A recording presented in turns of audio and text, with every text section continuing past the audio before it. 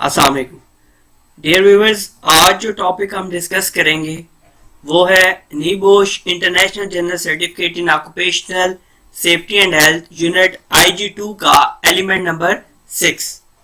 Element number 6 है जी आपका musculoskeletal health. आपके इससे रिलेटेड जितने भी डिसऑर्डर्स होंगे, मतलब इंसानी जो ढांचा है इससे रिलेटेड जितने भी आपके टेंडन्स हैं, लिगामेंट्स हैं, इनसे रिलेटेड जो इंजरीज होती हैं वो हम डिस्कस करेंगे इसके अंदर। सबसे पहला टॉपिक जो इस एलिमेंट के अंदर हमने डिस्कस करना है टॉपिक है 6.1। पहले टॉपिक में हम डिस्कस करेंगे work related upper limb disorder, मतलब काम की वजह से, काम से जुड़े हुए अपर लिम्ब से मुराद क्या है? आपका ऊपर का धड़, नाभ से ऊपर का जो धड़ है जिसमें आपके शोल्डर्स, आपके आर्म्स वगैरह ये सारी आएंगी। तो इनसे रिलेटेड क्या क्या डिसऑर्डर्स आते हैं और उन डिसऑर्डर्स की वजूहात क्या हैं वो हम इस टॉपिक के अंदर डिस्कस करेंगे। सबसे पहले musculoskeletal disorders and work related upper limb disorders, इनको हम यहाँ पे डिस्कस करेंगे। अब musculoskeletal disorders MSDS, a collection of injuries to the skeletal system। skeletal system ये जो हमारा ढांचा है जिसके ऊपर ये पूरा आपका गोश्त नजर आ रहा है, आपको मांस नजर आ रहा है, ये सारे का सारा जो ढांचा है जिसके ऊपर ये सारा मांस चढ़ा हुआ है, जो हमारी स्किन, गोश्त, मसल, ये सब कुछ जिसके ऊपर है, उस ढांचे को हम स्केलेटल बोलते हैं। Skeletal system and the soft tissues associated with that system. Soft tissues क्या होते हैं कि आपने देखा है कि हमारा जो मीट है, गोश्त है, ये जो बॉडी का हिस्सा है ये हड्डियों के साथ एक और टिश्यूज के साथ की मदद से जुड़ा हुआ है। तो जब उन टिश्यूज में पेन होती है तो बेसिकली उन टिश्यूज के अंदर जब इंजरीज आती हैं तो उसको हम मस्कुलोस्केलेटल डिसऑर्डर्स का नाम देंगे। अब back injuries and back pain, back muscle strain, ligament damage and disc injury. अब इसके बैक इंजरीज, कमर का दर्द, कमर की इंजरी, कमर का दर्द, तो इसमें एग्जांपल दी है बैक मसल स्ट्रेन। आपका खिंचाव पैदा होता है मसल्स के अंदर, बैक मसल्स के। लिगामेंट डैमेज इस तरह से होता है कि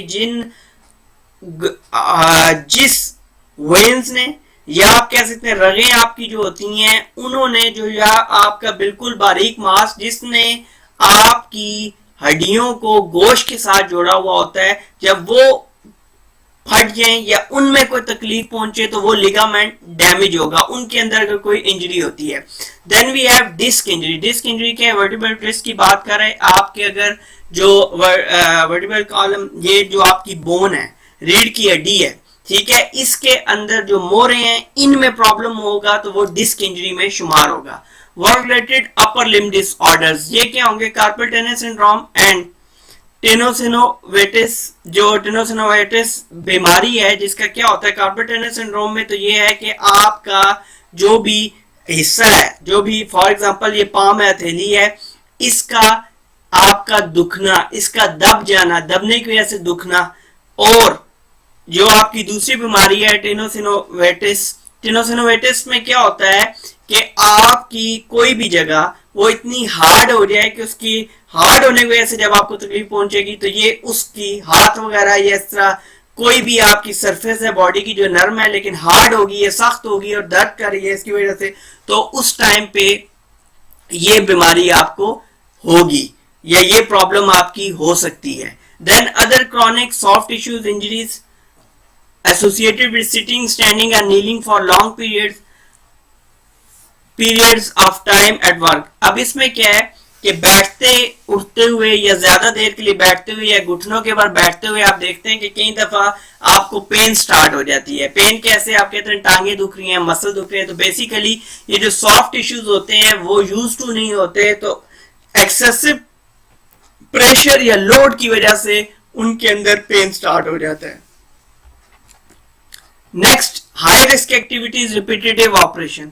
अब इसके दौरान हाई रिस्क एक्टिविटीज क्या है जिनसे मस्कुलोस्केलेटल डिसऑर्डर्स होते हैं, या रिपीटेटिव ऑपरेशन, बार बार वो कौन से काम है जिनके दोहराने के नतीजे में इस तरह से हमें इनका सामना करना पड़ता है। Repetitive activities that involve significant risk of muscular skeletal disorders. Number 1 display screen equipment DSC use. Display screen equipment याद रखिएगा, कोई भी ऐसी इलेक्ट्रॉनिक डिस्प्ले स्क्रीन जिसका इलेक्ट्रॉनिक डिस्प्ले होगा, ठीक है, और उसको हमने ऑपरेट करना है तो वो डिस्प्ले स्क्रीन इक्विपमेंट में आएगी। कंप्यूटर, लैपटॉप्स, उसके अलावा आपकी मुख्तलिफ जो रीडिंग के लिए मशीन्स, मेडिकली भी अल्ट्रासाउंड मशीन, कोई भी चीज जिसका इलेक्ट्रॉनिक डिस्प्ले है और उसको आपने ऑपरेट करना है तो ऐसी सूरत में वो सारी की सारी डिस्प्ले स्क्रीन इक्विपमेंट में आएंगी। Keyboard operation, factory assembly of small components, मतलब बार बार एक छोटे छोटे पीसेस को जब बनाना होता है तो एक एक्टिविटी को बार बार दोहराना पड़ता है। सुपरमार्केट चेकआउट ऑपरेशन, बार बार इन आउट के लिए चेकआउट कर रहा है, या कई दफा आप देखते हैं कि स्कैनर जो है बार बार उसको लगाना पड़ता है बार कोड को रीड करवाने के लिए ताकि वो बिल वगैरह बना ले कैशियर, तो इस पर्पज में वो बार बार एक्टिविटी परफॉर्म करनी पड़ती है। ब्रिकलेइंग बोलते हैं जी ईंटें लगाने का काम, जिसको आप चुनाई का काम बोलते हैं सिविल की फील्ड के अंदर। ये जो ईंटें लगाने का काम है इसको हम ब्रिकलेइंग बोलेंगे। अब muscular skeletal disorders risk factor क्या है जी? Task factors, equipment factors, environment factor. Task factor की बात करें तो पहली चीज आती है रिपीटेशन, कि टास्क के अंदर रिपीटेशन कितनी है, मतलब बार बार कितनी बार, एक मिनट में कितनी बार इस काम को दोहराया जाएगा। देन फोर्स क्या रिक्वायर्ड है, उसके बाद पोस्चर, किस आप जो है पोस्चर आपका वो पोजीशनिंग होगी बॉडी की, कि किस पोजीशनिंग ऑफ बॉडी में रहते हुए आपने किसी काम को परफॉर्म किया।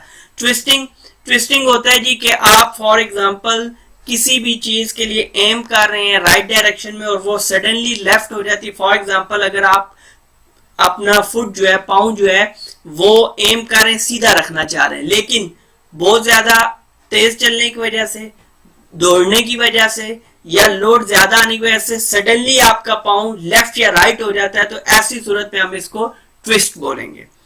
रेस्ट कितनी देर का आप दे रहे हैं बॉडी को इस सारे काम के दौरान। इक्विपमेंट फैक्टर में डिजाइन क्या है इक्विपमेंट का, किस तरह से डिजाइन की गई है, आया अगर जो उसको कोई भी यूज कर रहा है उसको इसके यूजेज में ज्यादा प्रॉब्लम है, कम प्रॉब्लम है, किस तरह से वो सुटेबल है। एडजस्टेबिलिटी, उसके बाद अगर डिजाइन थोड़ा सा इनसफिशिएंट बना है तो आया उसके साथ एडजस्टेबिलिटी फैक्टर कितना है, मतलब कि उसको अपनी जरूरत के मुताबिक एक यूजर, एक ऑपरेटर कैसे उसको डाल सकता है।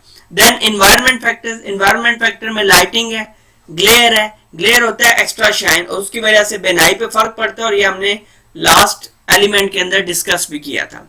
Other factors, temperature, cold, hot, इस तरह की चीजें हमारे सामने। अब ergonomics is concern with the interaction between people and, पहली तो बात याद रखिएगा, ये मैंने 2-3 दफा टॉपिक डिस्कस भी किया है नीबोश के लेक्चर्स में, ओशा और आयोश के लेक्चर में। एर्गोनॉमिक के जो हैजर्ड्स हैं, बाज़ाते खुद एर्गोनॉमिक एक रिलेशनशिप का नाम है। किस रिलेशनशिप का नाम है?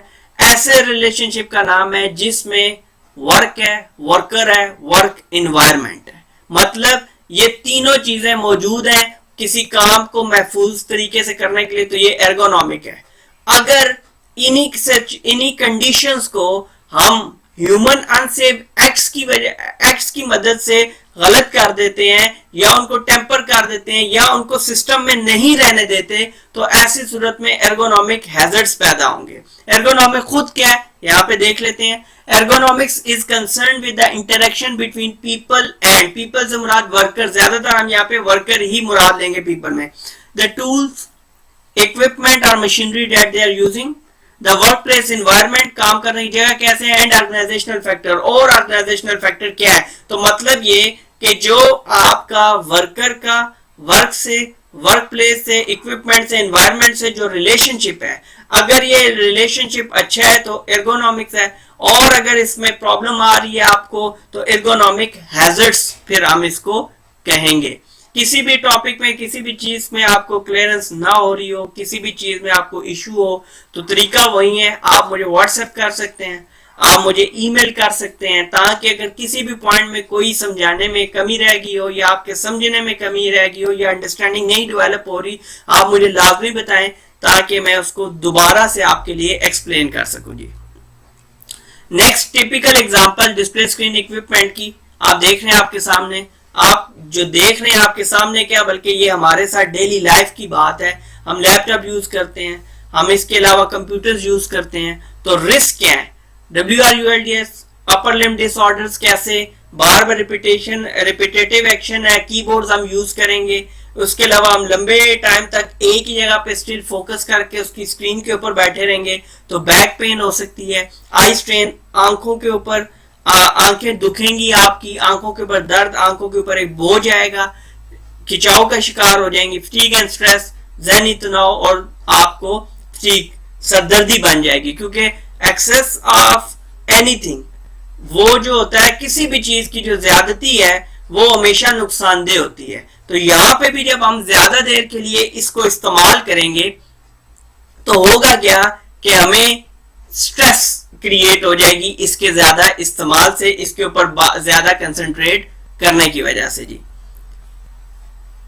आगे जी, what aspects of a DSE watch station would you need to consider to carry out a risk assessment, कि अब आपने रिस्क असेसमेंट परफॉर्म करनी है किस चीज की? डीएसई वॉच स्टेशन की, क्योंकि उसके कंट्रोल मेजर्स देने हैं। तो उसमें आप किन चीजों को कंसीडर करेंगे रिस्क असेसमेंट को कैरी आउट करने के लिए?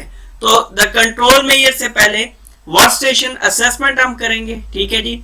वॉच स्टेशन असेसमेंट हमने की कंट्रोल मेजर के तौर पे। अच्छा, इसमें थोड़ा सा डिस्कस करूं, ये ग्रुप एक्सरसाइज है, ये आप परफॉर्म करते हैं, वेदर एंड गुड है कि इसकी पोजीशन क्या होनी चाहिए, इसकी फुट रेस्ट पोजीशन कैसी होनी चाहिए, इसके लिए प्रॉपर फुट रेस्ट हो, बैक सपोर्ट हो, ये चीजें, ये मैंने आप क्लियरली सुन लीजिए कि ये जो पॉइंट है कि what aspects of a DSE watch station would you need to consider to carry out our risk assessment, ये आपने करके एक्सरसाइज मुझे भिजवानी है। और इसमें 10 पॉइंट हैं, अगर आप नॉर्मली ढूंढेंगे तो आपको मिल जाएंगे, लेकिन ये आपने बना के मुझे लाजमन भेजनी है। अब कंट्रोल में ये वर्क स्टेशन असेसमेंट हम करेंगे।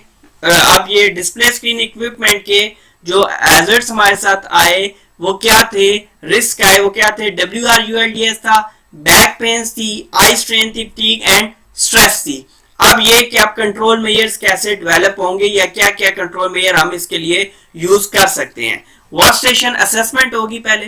Provide basic DSE watch station equipment to minimum standard. Minimum standard से मुराद ये है कि जो उसकी रिक्वायरमेंट है। फॉर एग्जांपल, अगर आपके पास एक कंप्यूटर है तो प्रॉपर उसके रखने के लिए जगह हो, उसके सामने बराबर में बैठने के लिए चेयर हो, ये मिनिमम कुछ स्टैंडर्ड है जो लाजमन देने ही देने हैं।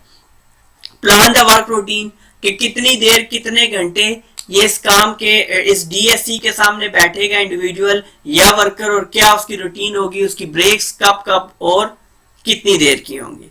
Provide free eyesight test and spectacles if required.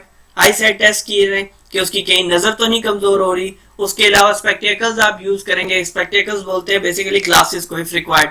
Provide information and training on, और उसके बाद ऑलरेडी आपको पता है कि इन्फॉर्म करना वर्कर को बहुत ज्यादा लाजमी है, इंफॉर्मेशन देना बहुत ज्यादा लाजमी है। तो इसमें आप provide information training on risk क्या है इससे रिलेटेड, इसके प्रिवेंटिव मेजर क्या है, और ergonomic use of the work station, मतलब एक प्रॉपर यूज आपका वर्क स्टेशन का कैसे होगा। कंट्रोल मेजर में additional points, desk layout proper होना चाहिए, डॉक्यूमेंट होल्डर वहां पे प्रोवाइडेड होता है कि लटक लटक के या पेज उड़ उड़ के नीचे ना जा रहे हो, या उसको लटक के और हैंग हो के चीजों को उठाना ना पड़े। वर्क प्लेस लाइटिंग प्रॉपर होनी चाहिए, सफिशिएंट लाइटिंग होनी चाहिए। जरूरत से ज्यादा ग्लेयर भी नुकसानदेह है और जरूरत से कम रोशनी भी पुअर में। तो याद रखिएगा, पुअर लाइटिंग से मुराद सिर्फ और सिर्फ कम रोशनी नहीं, जरूरत से ज्यादा रोशनी भी आपकी पुअर लाइटिंग में कंसिडर होगी। टेलीफोन हेडसेट उसके इतने करीब हो के कॉल आने पे सुनने पे उसको आसानी हो। स्पेसिफिक मेजर्स फॉर लैपटॉप, अब लैपटॉप्स के लिए क्या है? शॉर्ट ड्यूरेशन वर्क ओनली, लंबे चौड़े काम नहीं करेंगे। ये नहीं कि आप 4, 5, 7, 10 घंटे तक आप टांगों पे रख के लैपटॉप और उल्टा आपको जो है अपना लेग्स के ऊपर पेन शुरू हो जाए या इस तरह की कोई इंजरी हो जाए, तो इसलिए आपने शॉर्ट ड्यूरेशन के लिए लैपटॉप यूज करना है। डॉकिंग स्टेशन, डॉकिंग स्टेशन ये होता है कि आप उठा के इसको गोद में ना रख लें, बल्कि पूरा बाकायदा इसके लिए स्टैंड मिलते हैं। आप वो कंफर्टेबल लेवल पे वो स्टैंड रखें जिसके ऊपर आपका लैपटॉप पड़ा हुआ हो, ताकि आप आसानी से काम करें। ब्रेक दें, कंसिस्टेंटली ना बैठे रहें, उसके साथ ना चिपके रहें, और आई टेस्ट आप लाजमी करवाएं क्योंकि ज्यादा रोशनी को ऐसे हर वक्त कंसिस्टेंटली इसके ऊपर देखने की वजह से मे भी पॉसिबिलिटी है कि आपकी आई साइट वीक हो जाए। डीएससी कंट्रोल मेजर्स वही जो आपको हमने इससे पहले डिस्कस किए हैं। तो क्या है, work station assessment, provide basic DSC workstation equipment to minimum standards, plan the work routine, provide free eyesight test and spectacles if required, provide information and training on risks क्या है, preventive measure, ergonomic use of the workstation। अब ये आ गई exercise, और exercise से पहले मैंने आपको पहले बता दिया कि एक चीज आपने बतानी है कि रिस्क असेसमेंट कैरी आउट करने के लिए किसकी, डिस्प्ले स्क्रीन इक्विपमेंट की हमने क्या फैक्टर्स, क्या एस्पेक्ट्स जो है वो कंसीडर करने हैं, वो कम से कम 10 आप लिख के मुझे भिजवाएंगे। भिजवाने का तरीका क्या, व्हाट्सएप करें मुझे या मुझे ईमेल करें ताकि मैं उसके ऊपर आपको सजेशन दे सकूं, उसके ऊपर आपको कमेंट्स दे सकूं।